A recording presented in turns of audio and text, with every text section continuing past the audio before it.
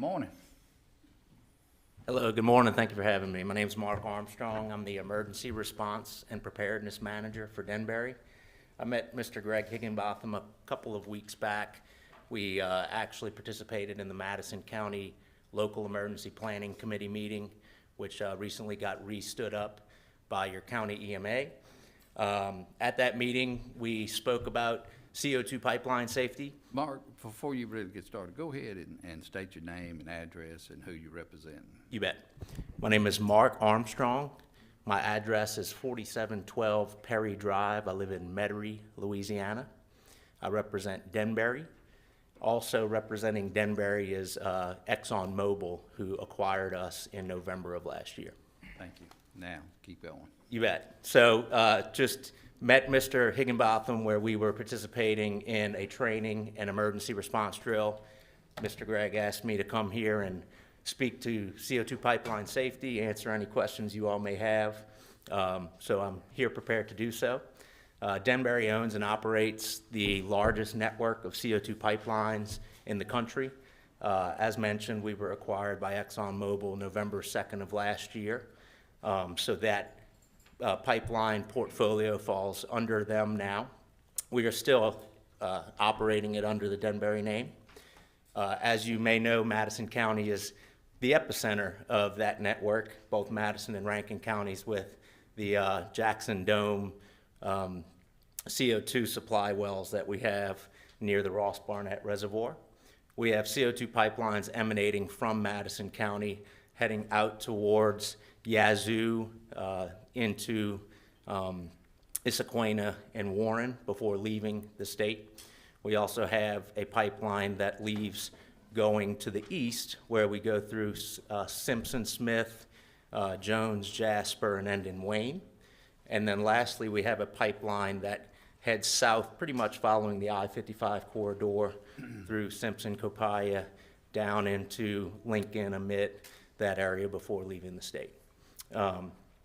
I don't really have any prepared remarks, but happy to answer any questions as to the CO2 pipeline safety programs we have in place, the emergency response preparedness things that we do both with the county and the state. So if anybody has any questions, happy to answer. Yeah, we would if you would, expound a little on the emergency part. If there's an emergency, how would you handle that emergency concerning traffic or any other emergency as far as notices to the public? You bet. So with pipelines being outside of the fence line, so to speak, we are in the public domain, right? So we run through the county. We get into some very rural areas. We have some areas that have some population. So the onus is on us as pipeline operators and stewards of the environment to ensure that we are working with and training emergency responders who could be tasked with assisting us should there be an emergency. Now, the beauty of my job is that I only have to react, so to speak, when we have an issue. The benefit of being a pipeline operator is the rigorous programs in place by PHMSA, our governing body, make sure that we don't have to call me out, right? So the onus is on prevention and the programs that we have in place with mechanical integrity to ensure that those assets are safe. Also, anywhere within the community that we may have a presence, a physical above ground presence, we ensure we have proper security in all of those valve locations. Should there be an emergency, we rely on first responders to assist us, of course. Here in Madison County, we're blessed to have quite a lot of personnel that work for us. So our emergency response task force that can come out and assist. So in the event of an emergency, we would deploy personnel. Our pipeline, as is any interstate pipeline governed by PHMSA, is required to be monitored 24/7, 365. We have a control center at our corporate headquarters in Plano, Texas, where they are monitoring all of the pressures, all of the movements of CO2. Should there be any issues, they actually have the ability to remotely close valves. Now, we also have valves in between those remote sections where they would need to come in, personnel would need to come and manually close valves, and that's where we train our Denbury first responders to quickly act and get to those locations. Now, as I mentioned, working with first responders, the onus is on us to ensure that they are aware of the hazards, aware of what could transpire should there be an emergency, and making sure that they're fit to assist us. So we do that in a multitude of ways. The first is through general relationship and liaison. So I work closely with Albert Jones, your emergency management agency director, to ensure that he not only knows who I am, he knows our first responders for our company as well. He knows how to get in touch with me immediately. I know how to get in touch with him immediately, and vice versa. So we do that through liaison-style meetings. We also do it through trainings, like the one I just mentioned where I met Mr. Higginbotham, where we will work with communities and first responders to ensure that they have general awareness of what CO2 is, the hazards it could present. And when we talk about CO2, the true hazard is it's an asphyxiant. So if there were to be a release, it would potentially create an atmosphere where there could be oxygen deprivation. Now, in order for that to happen, the conditions need to be right, and that's something that we work with first responders in understanding, is those atmospheric conditions that can lend to concentration of CO2 that could be a public threat. So what we do to ensure that they're, fit for that task is we also provide a training in College Station, Texas, at Texas A&M. It's a world-class training at what they consider the #1 training fire academy out there in the country. We recently had some Mississippi State Fire Academy personnel attend our last training in September in hopes to bring that training back here to Mississippi. But we have an open invite to any Madison County first responder to attend that training free of charge. We just ask that they get there. I think Albert Jones is one that I've tried to get there, as well as Minor Norman. So that's something that we do is preparing, right? Practicing should we ever have an issue. Again, the beauty is, in my job, is I like to prepare and never play. So, but it's on me to ensure that we are in fact prepared, always keeping our eyes forward and always making sure that we are ready to respond. So back to your original question, should there be an issue anywhere on our pipeline here in the county, we would immediately either triangulate the location of that issue through our SCADA, which is where we are seeing the pressures on our control room board, or we would work with the dispatch centers and the county EMAs to understand where there may be an issue, and we would dispatch personnel. We have contracts in place with various companies that could assist the first responders in identifying an isolation zone and keeping people away until the issue is resolved. Now, with pipelines in general, incidents are relatively short in duration. Once we are able to isolate valves, we are able to, diminish the amount of product that's released to the atmosphere. With CO2, it's a natural component of the air that we breathe, so it essentially disperses into the environment.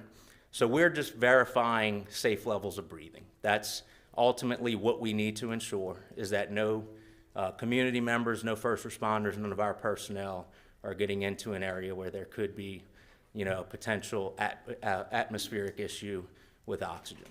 With CO2, it's non-flammable, so we don't have to worry necessarily about some of the same issues you may see. I'm not sure if y'all caught what happened in Deer Park in the Houston area about a month ago, where a vehicle drove into a pipeline valve and caught fire. The non-flammability aspect of CO2 mitigates that risk for us. Okay. How often do you have these trainings locally?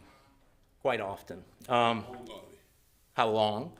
The one that we did quite recently, my segment, probably 45 minutes. We also did a emergency response drill on the back end of that, which probably took up about an hour.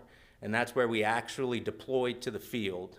We dispatched the Canton Fire Department as well as the Gluckstadt Fire Department, working with Albert on the front end, where he sees, an area where we may need to drill a potential issue. With him, the concern with the drill that we were doing was communication amongst departments, communication with a pipeline operator, et cetera. So about 2 hours, the most recent one. We also did one with Madison County the year prior, where some members from the Gluckstadt Fire Department as well as Albert attended, again, roughly 2 hours. As far as how often we do them, that's what I do for a living. I travel around our pipeline network and perform these trainings. So it's as often as the first responders want us to, or community members or what have you. So when Mr. Higginbotham asked me to attend here, this fits up my alley, so here I am. But if, you know, say the Canton Fire Department were to reach out to me tomorrow and say, hey, I need you to set up a training for my personnel, we would pencil them in on the next available, you know, opening and go and do that. So it's our, you know, it's our job, as I mentioned, the onus is on us to ensure that we are out in the community, people know who we are, can put a face to a name, and again, know who they're, if we ever have an emergency, we're not going to be meeting for the first time on the side of a highway. They're not going to be hearing about the hazards or response protocols for the first time on the side of a highway. These things are baked in and practiced, which is what we, you know, intend to do, hoping that we never have to be out on the side of that highway, but if we do, we better be prepared. This training that you had here recently, from what I understand, what agencies was there? Quite a few. Now I might get some wrong, but it was actually in conjunction with the local emergency planning committee meeting. So there were quite a few agencies. Let's start at, I guess, the state level. You have MEMA, the Mississippi Emergency Management Agency. We had the Mississippi Department of Health. From the county level, of course, the county EMA. We had fire chiefs or assistant chiefs from Ridgeland, from Madison, Gluckstadt, and Canton. There was also another smaller fire department that's slipping my mind right there. But we also have some federal agencies. The National Weather Service, I believe, was present.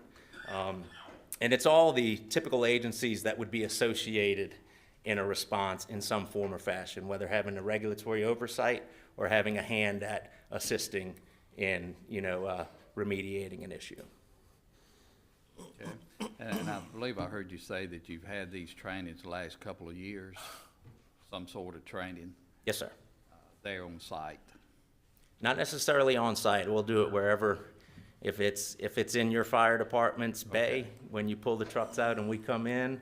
Again, we do third-party off-site training as well, as I mentioned, at Texas A&M. We also are in the midst of deploying a mobile trailer where we're able to simulate a CO2 response, and that's going to be hitting the state of Mississippi hot and heavy, because this is where we intend to, you know, kind of pilot that program.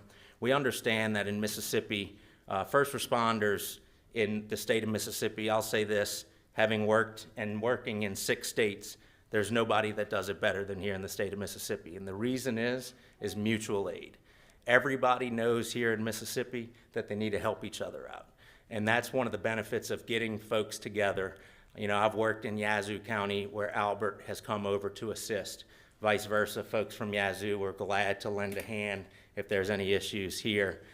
So the benefit of getting everybody together and making sure that folks can work, you know, in the event of an emergency becomes critical. So yes, we do them often, and we're willing to do them anywhere, whenever, however. So I've done a lot here in Mississippi on, say it's the first Tuesday night of the month, the volunteer roster gets together, right? And that's so we understand that volunteers primarily make up a lot of the first responders here. That dynamic is certainly changing in Madison County as the tax base grows and as we get in some paid departments. But what we do is we work with these first responders to make sure that they have the capabilities to assist us.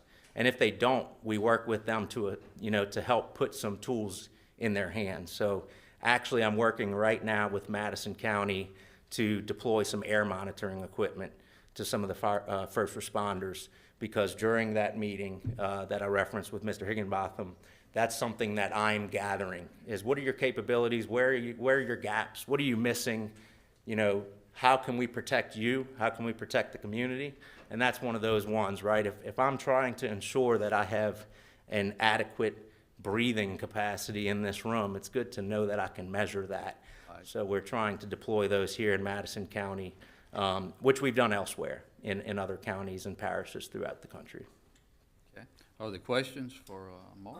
I have just a personal question for my reference because I'm a nerd. I know like helium and hydrogen are very light gases. You put them in a balloon, they float. Is carbon dioxide a heavy gas that kind of sits on the ground and would only be a problem in a leak if there was no wind type of thing? Or if it was a low dip, you know, where it would kind of settle down? Is that accurate, or is that just me? That's accurate. Yes, it's denser than air, it's heavier than air. Okay. Yeah, so helium will actually escape our atmosphere. You know, the whole thing around CO2 is that it won't. Yeah. It's a greenhouse gas, it stays in, it's heavier than air. As I mentioned, the atmospheric conditions play greatly into the fate of that CO2 if it is ever to, we ever lose containment of it. Nighttime is when you would have an atmospheric inversion. That's when there's less turbulent mixing that's happening like you would see during the daytime. Yeah. So at night, in cool, low wind type environments, we may see that CO2 hang around a little bit more than, say, during the day in the heat of summer, where that would be dispersing almost immediately. There will be no visual aspect of it. Now, CO2 is also, I mentioned that it's non-flammable, it's colorless and it's odorless. That being said, in our pipeline system, due to the high pressure that it's being transmitted at, if there were to be a release, there's a rapid phase change that occurs once it hits the atmosphere. And due to the humidity that we all deal with here in the South, it actually gives it a visual white, opaque water vapor cloud. Has anybody, Halloween just passed, has anybody witnessed that creeping gas going across a table with some dry ice? That's CO2. So that's the type of fate you would anticipate in a cool night, low wind environment, is it could potentially creep and actually disperse based on gravity rather than dispersing up into the air. But as soon as we get some type of wind movement, you would see that that would quickly disperse as well. I was just curious. You bet. Are there other questions from the board? And I noticed you was naming off the agencies, and it is hard. I'm very sure law enforcement was involved as well. They certainly were. The sheriff's office was there. I'm sorry. The sheriff's office was certainly there. PDs from many of the cities I mentioned also. So yes, if I had the list, I would certainly read them off. But yes, sir. No, Sorry about that. That's fine. That's good. Other questions? If not, we appreciate you coming up and giving us an update on the emergency preparedness that y'all have, and it sounds like y'all are very much prepared, in case there is something that may happen out there at any time. You So bet. we appreciate it. Thank you, Mark. Thank you for the time. Appreciate it. Thank you for the agencies that participated as well within this emergency preparedness. So, all right, next